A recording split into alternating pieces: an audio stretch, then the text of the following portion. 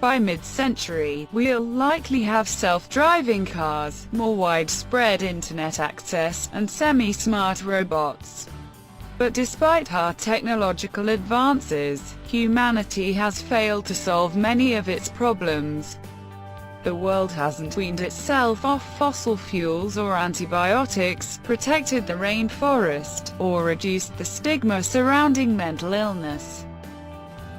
We haven't flood-proofed our cities or protected our energy grids from natural disasters. With 2050 just a few decades away, major issues await the world. Science and technology need to start focusing on solutions to make the future better than the terrifying reality approaching.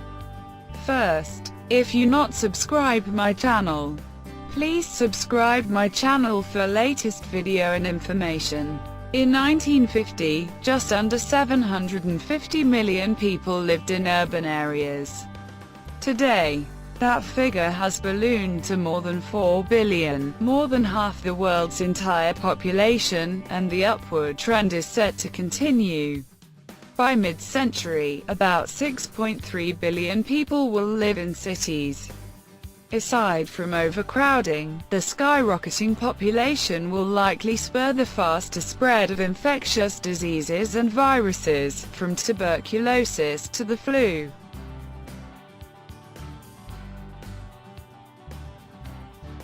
Dwindling water supplies and inadequate sanitation will only compound the negative health effects. Compared to rural areas, cities consume about 3/4 of the world's energy and produce the same amount of global carbon emissions. Therefore, a rise in the urban population will also put pressure on energy demands and generate more pollution, potentially making the air toxic to breathe. Similar to the situation in Beijing unfolding over the last decade, according to the World Health Organization.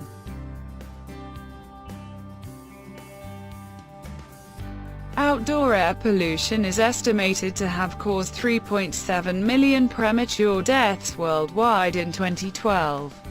This will only increase as urban populations rise and pollution worsens.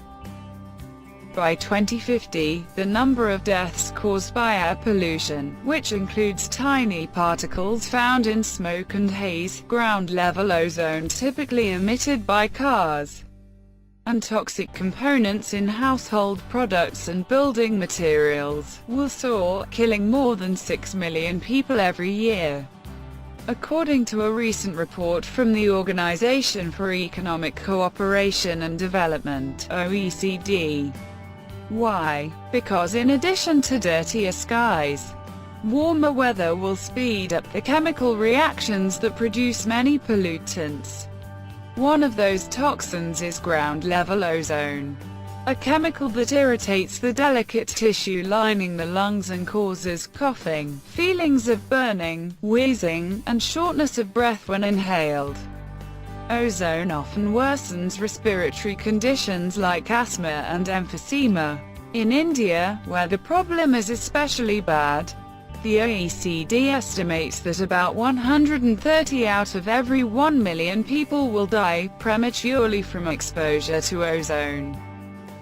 Today, 1.1 billion people lack access to water, and 2.5 billion people, 36% of the world's population, live in regions of the world experiencing water stress. 20% of the world's GDP is produced in these areas as well. Already, water scarcity hounds 2.7 billion people, nearly 40% of the world's population, for at least 1 month every year. Either because they don't have access to clean water or because they can't afford it, Water Footprint Network says. And 1 billion people, about 1/6 of the world's population, face daily shortages, according to the foundation. By 2050, however, this number will likely increase.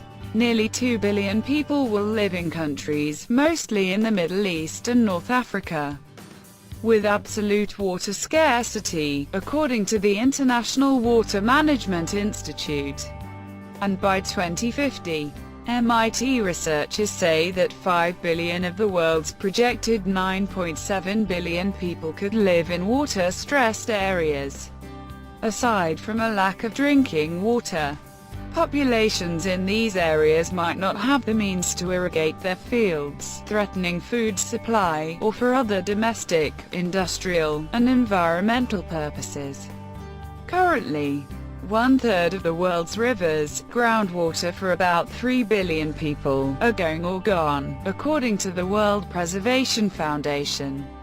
With population growth and global warming, the situation will only worsen.